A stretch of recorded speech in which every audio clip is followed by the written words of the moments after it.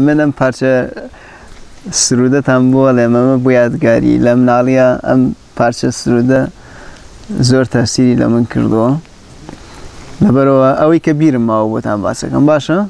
بله تمام خواهی وطن آواکی چند دلگیر و شیرینا دشتی خوش و رنگینه خاکی گوهره آبی کوثره پر لاگول و نسرینا پر لاگول نسرینا سیرانگای بهارانی ساوزگی نرم و جوانی سیرانگای بهارانی ساوزگی نرم و جوانی صدلا به حیرانی آبی کوثر خاکی گوهره پر لاگول و نسرینا پر لاگول و نسرینا شاخی بفرین و برزه و ربردو من رمزه شاخی بفرین و برزه و ربردو من رمزه بیرم شو